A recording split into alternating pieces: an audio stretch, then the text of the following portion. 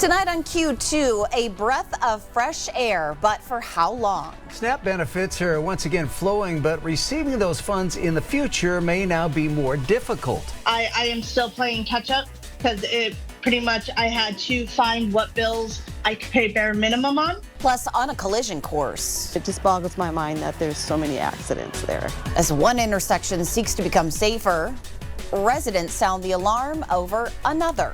And I'm Isabel Spartz. Coming up, I'll tell you about a string of vandalism here at Heart Mountain and why it's creating challenges for the historical site. the MTN 530 News starts right now. From Montana's news leader, this is the MTN 530 News. Good evening and thanks for joining us tonight. I'm Andrea Lutz. And I'm Russ Riesinger. 80,000 Montanans recently breathed a sigh of relief with the return of SNAP benefits. The impact of the government shutdown is felt hard, families and local grocery stores, but tonight questions about it all still linger. One of the major questions surrounds the recertification process and what that may look like for those that count on those benefits. Our Charlie Kleps has more. I was at this Billings Albertsons on Monday when the cashier told me that they've seen an uptick in customers since the SNAP benefits were reinstated. How you doing? And we're hearing the same from other local grocery stores as well. We saw an impact on our sales of the staple goods. Over in Warden, Project Merck owner Michael Ryder says when SNAP went away, he saw significant changes in their day-to-day. Fresh meats, fresh produce, milk, cheese, those kind of items, sales were down in that area. Down by 15% of the customers, Ryder says he actually changed how much he was buying for the store. We had to back off on fresh produce, fresh meat, fresh milk, just because there is that impact. An impact that felt some relief last week when the government shutdown officially ended. We're starting to see, our normal customers flow through the store again. I am still playing catch up because I had to find what bills I could pay bare minimum on and still, make sure that my daughter ate. But Billings resident Stacy Winkle says that her family is still recovering from the weeks without SNAP. The government's opened back up, SNAP's returned, and I still have bare shelves. Bare shelves and new questions, especially about the potential changes for those recertifying for SNAP, a process which happens twice a year. It is challenging, and I'm kind of stressing about it. Agriculture Secretary Brooke Rollins hinted at making that process more strict in an effort, she says, to cut back on waste. And that's why Montanans will be receiving this letter, which states that if the proper forms and interview aren't completed by December 15th, it could mean the loss of SNAP. It's very hard, and it's really embarrassing. And possibly a lot more paperwork for Winkle, who says regardless, she'll be grateful for whatever she gets. Even if the reapplication causes a lower benefit, I'm grateful to have something. I mean, everything helps right now. In Billings, Charlie Kleps, MTN News. Tonight, new safety flags are now attached to the stop signs at Mary Street and Bitterroot Drive, along with new stop ahead warnings. It's the same intersection we told you about last night where neighbors have seen 3 serious crashes in just the last few weeks.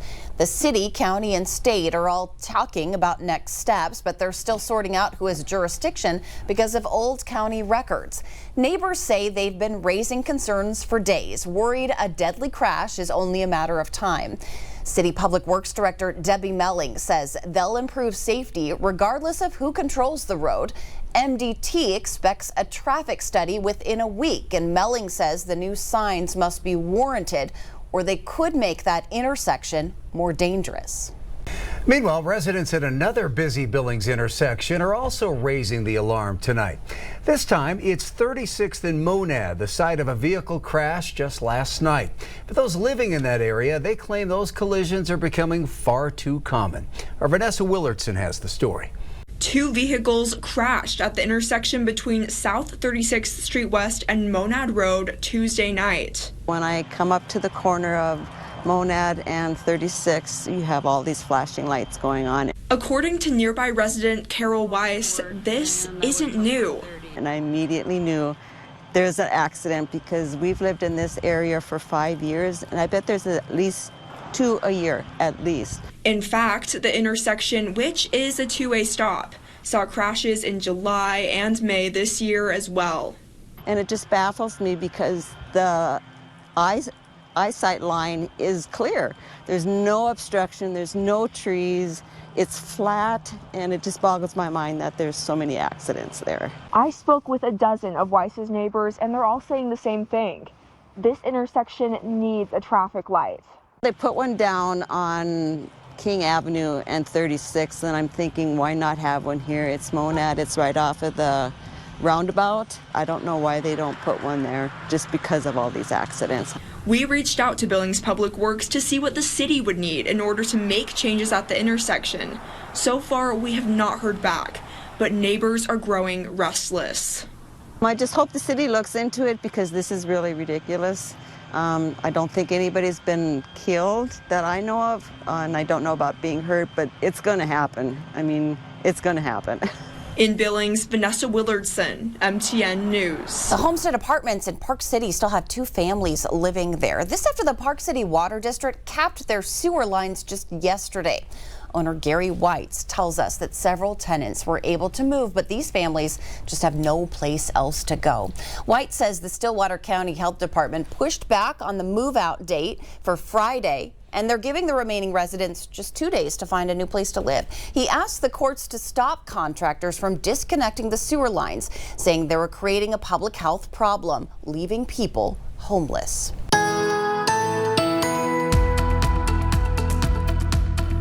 It was a warm November afternoon, which I've only been saying for, 19 November afternoons in a row, pretty much. Temperatures were especially mild. First thing in the morning, we're at 43. Again, very close to where an average high would be. Today, we had a few sprinkles around first thing in the morning at the airport. They weren't recording that much, so we're still only sitting at 0.02 of an inch. The winds were generally light. But with the cloud cover, it didn't warm up that much today. We made it up to 52 this afternoon. Winds were brisk along the High Line, especially. That caused some choppy waters around Fort Peck and into the eastern plains. As far as precipitation goes, we did have some sprinkles and showers around on Doppler radar, but that's starting to fade. The forecast details are only a few minutes away. Vandalism is becoming a concern at the historic hospital at the Heart Mountain National Landmark, with 4 separate incidents in the last 2 months. Yeah, the most recent case came last week when intruders broke a window and damaged historic doors.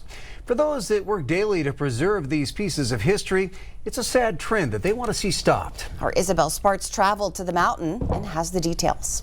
In the rural land in between Powell and Cody sits a history some might not even know exists. Heart Mountain was a World War II incarceration camp that unjustly held 14,000 Japanese Americans. We had just under 200 deaths at the camp that would have, involved the hospital complex, and over 500 births. But Director of Operations for the Wyoming Foundation, Logan Christie, says these 3 remaining hospital structures have seen a string of vandalism in under 2 months. This September 29th of this year was the first time we actually noticed doors ripped off or windows broken out. As well as graffiti, trash, and a kicked-in wall. It's not happened just once, but now 4 times, with the most recent striking just last week. Due to the frequency, all they can do is patch, but it still has a cost. Fixing with any integrity any of the damage, it'll be thousands. Christie says the Park County Sheriff's Office have been investigating, and cameras have now been installed. But weather and time has already taken a toll on these structures, and they're filled with asbestos. I almost can't put into words the level of frustration of finding something that holds such importance being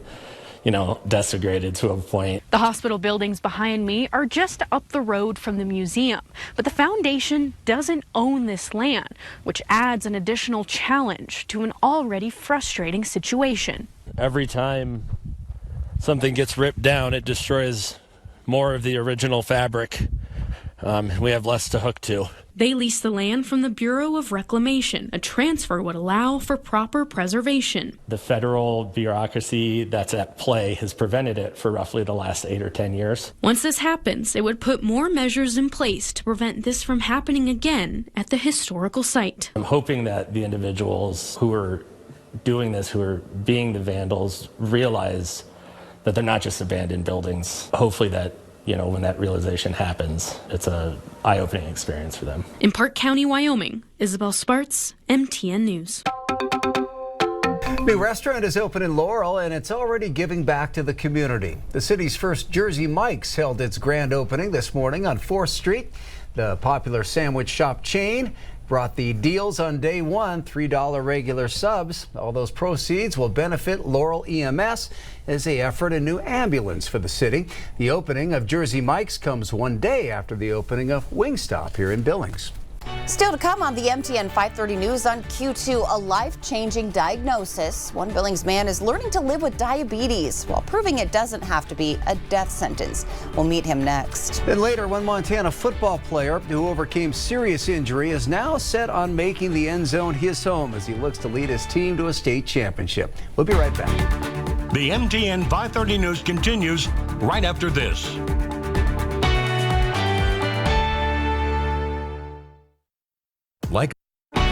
From Montana's news leader, you're watching the MTN 530 News. 5,000 Montanans every year. That's how many receive a new diabetes diagnosis. They're part of the 38 million Americans living with the disease, and for many, the thought of changing their lifestyle feels almost impossible. Tonight, our Matt Carmack meets a Billings man who proves it doesn't have to be a life sentence.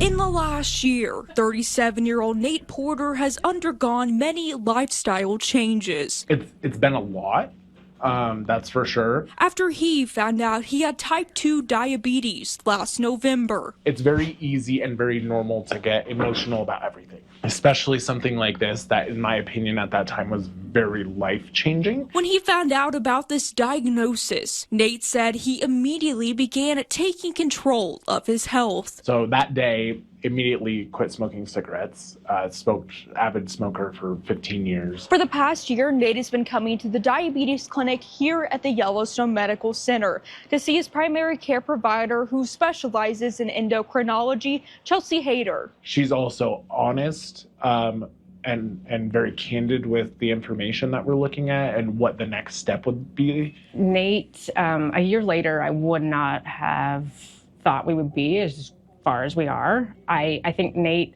right when I walked in the room, Nate was ready. As an analytical person, Nate said he's been able to navigate this journey, in part thanks to a continuous glucose monitor. Yeah, I swear by it. The monitor stays in his arm, constantly tracking his glucose levels. Through an app on his phone, he's aware of his health at all times of the day. The algorithms of the insulin pumps and the integration of insulin pumps with continuous glucose monitors has become huge. After 9 years at the center, Hayter says the continuous glucose monitor helps patients take back control of their diabetes, something that's often lost for patients managing a condition that requires lifestyle changes. Those dietary and lifestyle changes are sometimes challenging to make depending on the patient. Change, as difficult as it is, it's required. Although Nate is still navigating the difficulties of diabetes, he looks back on the past year with gratitude as he now has better agency over his health and lifestyle. And so even though lifestyle changes are very difficult because they are